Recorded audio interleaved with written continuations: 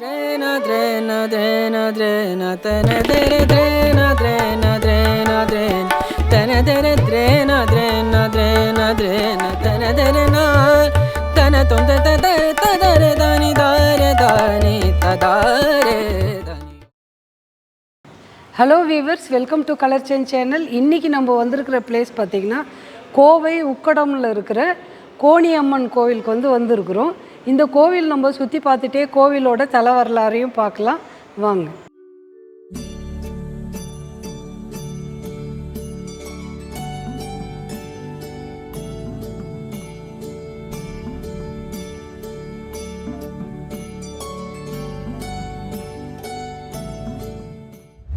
வாழ்க்கையில் ஒவ்வொருவரும் ஏதோ ஒரு பிரச்சனையால் குழப்பம் அடைந்துடுறோம்.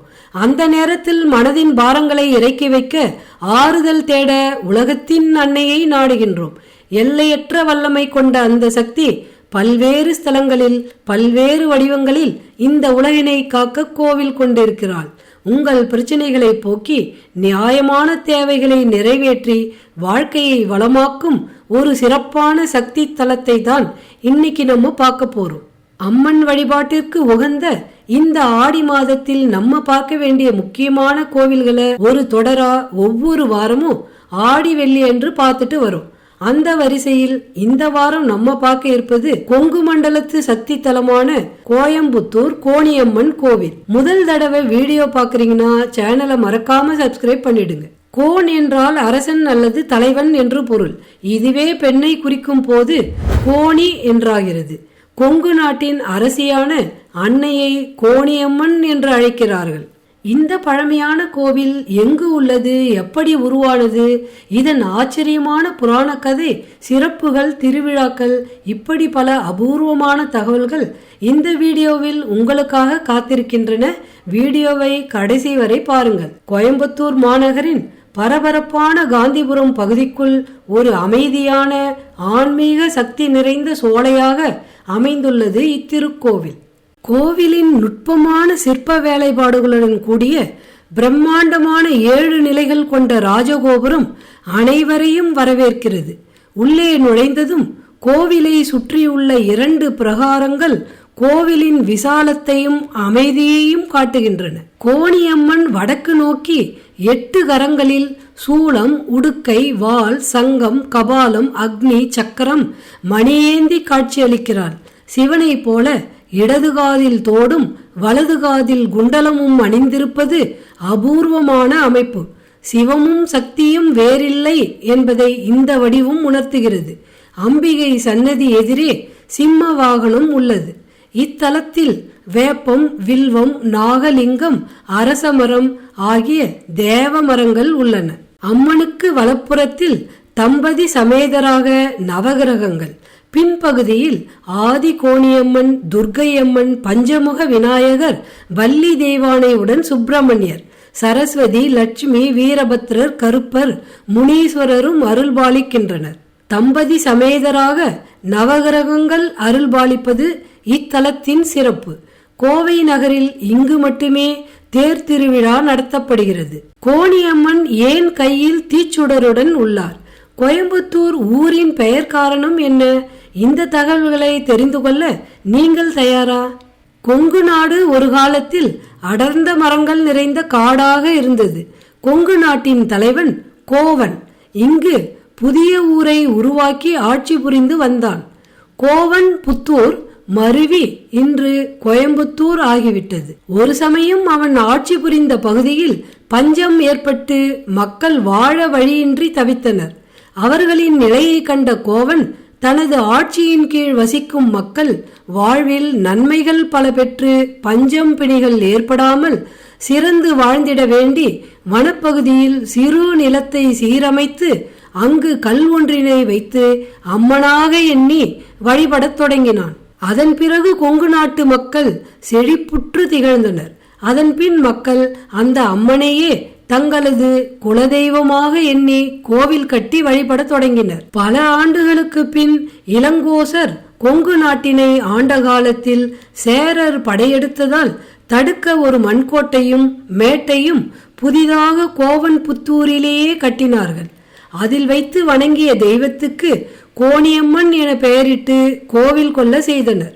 அக்கோவிலே தற்போது கோவை மாநகரின் நடுவில் விளங்கும் கோணியம்மன் கோவிலாகும். அவர்களுக்கு பிறகு கோவை நிலப்பகுதியை ஆண்ட மைசூர் மன்னர்கள் கோணியம்மனை மகிஷாசுர மர்த்தினியாக வடிவமைத்து வழிபட்டனர்.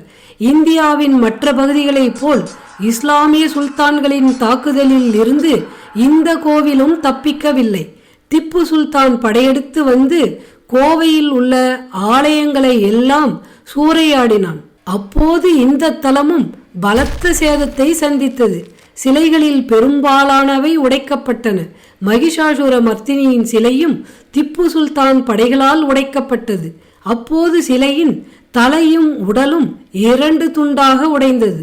தலையை இந்த தலத்திலேயே வைத்து வழிபட்டு வருகிறார்கள். உடல் பகுதி மைசூர் சாமுண்டீஸ்வரி ஆலயத்தில் இருப்பதாக தெரிய வந்துள்ளது. தலையில்லா சிலையை அங்குள்ளவர்கள் இன்றும் வழிபட்டு வருவதாக சொல்லப்படுகிறது. மாசி திருவிழாவின் போது சிவன் அம்பிகையை திருமணம் செய்து கொள்வார். அப்போது கோவில் எதிரே யாககுண்டம் வளர்த்து அக்னியை சிவனாக பாவித்து பூஜை செய்வர். பூஜையில் பயன்பட்ட தீர்த்த கலசத்தின் மேலே வைத்த மாங்கல்யத்தை அம்பிகைக்கு அணிவிப்பர். அக்னி வடிவ சிவன் அம்பிகையை திருமணம் செய்து கொள்வதாக ஐதீகம். மறுநாள் தேர் திருவிழா நடக்கும். மாசியில் 14 நாள் திருவிழா. தமிழ் மாத பிறப்பு, பௌர்ணமி, ஆடிவெள்ளி, தைவெள்ளி, நவராத்திரி, திருக்கார்த்திகை, தனுர்மாத பூஜை, தைப்பொங்கல், தீபாவளி, ஆடி மாதம் முழுவதும் ஊஞ்சல் உற்சவம் நடக்கும். அமாவாசை, பௌர்ணமி நாட்களில் விசேஷ பூஜை உண்டு. கோணியம்மன் உத்தரவு தராமல் எந்த ஒரு செயலையும் செய்வதில்லை என்பது கொங்கு மண்டல தொழில் அதிபர்களும் அரசியல்வாதிகளும் ஒரு சடங்கு போல, மரபு போல கடைபிடித்து வருகிறார்கள். தங்கள் வீட்டு திருமண நிச்சயதார்த்தத்தை கொங்கு மக்கள் கோணியம்மன் ஆலயத்தில் நடத்துகிறார்கள். கோணியம்மன் கண்ணெதிரில் நடப்பதால் மணமக்கள் வீட்டார் தாங்கள் கொடுத்த வாக்கை மீற மாட்டார்கள் என்பது நம்பிக்கையாக உள்ளது. கொங்கு நாட்டு பக்தர்கள் சிவப்பூ மற்றும் வெள்ளை பூவை தனித்தனியாக கட்டி அம்மன் முன்பு போடுகிறார்கள். பின்னர் அம்மனை வேண்டி பூவை எடுக்கிறார்கள். வெள்ளை பூ கிடைத்தால் சுபகாரியத்தை உடனே நடத்தலாம், அம்மன் உத்தரவு கிடைத்து விட்டது என்று அர்த்தமாம். சிவப்பு பூ வந்தால் அவசரம் வேண்டாம், கொஞ்சம் நாள் கழித்து அந்த நிகழ்ச்சியை நடத்தலாம் என நம்பப்படுகிறது. கோணியம்மன் கோவில் தினமும் காலை 6 மணி முதல் மதியம் 12 மணி வரையிலும், மீண்டும் மாலை 4 மணி முதல் இரவு 8:30 மணி வரையிலும் திறந்திருக்கும். சிறப்பு நாட்களில் நேர மாற்றம் இருக்கலாம்.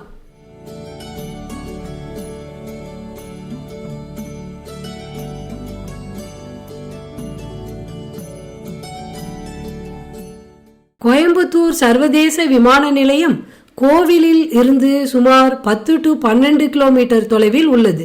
அங்கிருந்து டாக்ஸி அல்லது ஆட்டோ மூலம் எளிதில் வந்தடையலாம். கோயம்புத்தூர் சந்திப்பு ரயில் நிலையம் கோவிலில் இருந்து சுமார் 3 to 4 கிலோமீட்டர் தூரத்தில் அமைந்துள்ளது. இங்கிருந்தும் பேருந்து, ஆட்டோ, டாக்ஸி போன்ற பொது போக்குவரத்து வசதிகள் ஏராளம். கோயம்புத்தூர் காந்திபுரம் பேருந்து நிலையம் கோவிலில் இருந்து 4 கிலோமீட்டர் தொலைவிலும், உக்கடம் பேருந்து நிலையம் கோவிலுக்கு மிக அருகில் சுமார் 1 கிலோமீட்டர் தொலைவிலும் உள்ளது. நகர பேருந்து வசதிகளும் கோவில் வாசலுக்கு உள்ளன. இந்த ஆடி வெள்ளியன்று இப்படி ஒரு அபூர்வமான கோவிலை பற்றி தகவல்களை நானும் தெரிஞ்சுக்கிட்டு உங்களுக்கும் பகிர்ந்ததில் ரொம்ப மகிழ்ச்சி. இது மாதிரியான இன்னும் நிறைய ஆன்மீக பதிவுகள் வர இருக்குது. அடுத்த ஆடி வெள்ளியில் இன்னொரு அற்புதமான புதிய கோவிலில் உங்களை சந்திக்கிறேன். இந்த வீடியோ உங்களுக்கு பயனுள்ளதா இருந்தால் லைக் பண்ணுங்க, உங்க நண்பர்களுக்கு ஷேர் பண்ணுங்க, முக்கியமா சப்ஸ்கிரைப் பண்ணுங்க. நாங்க போடுற ஒவ்வொரு வீடியோவும் உடனே பார்க்க அப்படியே பக்கத்தில் இருக்கிற பெல் ஐகானையும் கிளிக் பண்ணுங்க. உங்க கருத்துக்களையும் அனுபவத்தையும் சந்தேகத்தையும் கமெண்ட்ஸில் சொல்லுங்க. பை ஃப்ரெண்ட்ஸ், மீண்டும் ஒரு அழகான வீடியோவில் சந்திப்போம். அதுவரை அவன் அருளுடன் நன்றி, வணக்கம்.